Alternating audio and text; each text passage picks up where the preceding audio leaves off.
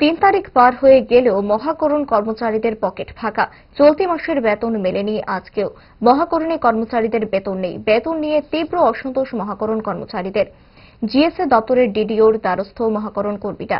আরবিআইর সঙ্গে ব্যাংকের টেকনিক্যাল সমস্যার কারণে আটকে গেছে বেতন। শীঘ্রই পকেটে ঢুকবে বেতন। খবর এমনই। সংবাদ মাধ্যমে কি জানিয়েছেন ডিডিও দেখুন।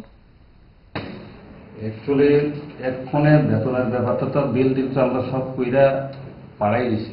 ট্রেজারি গেছে, ট্রেজারি থেকেও ব্যাংকে অলরেডি এরা ব্যাংক করে দিছে।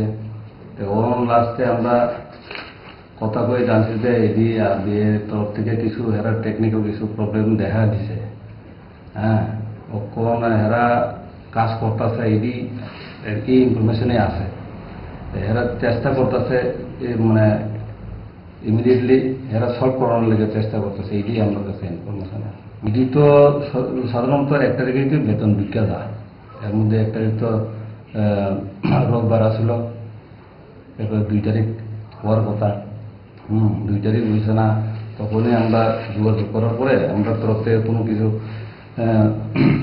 ফল আছে কিনা জানা গেছে যে আমরা তরফ থেকে কোনো কিছু ফল নেই।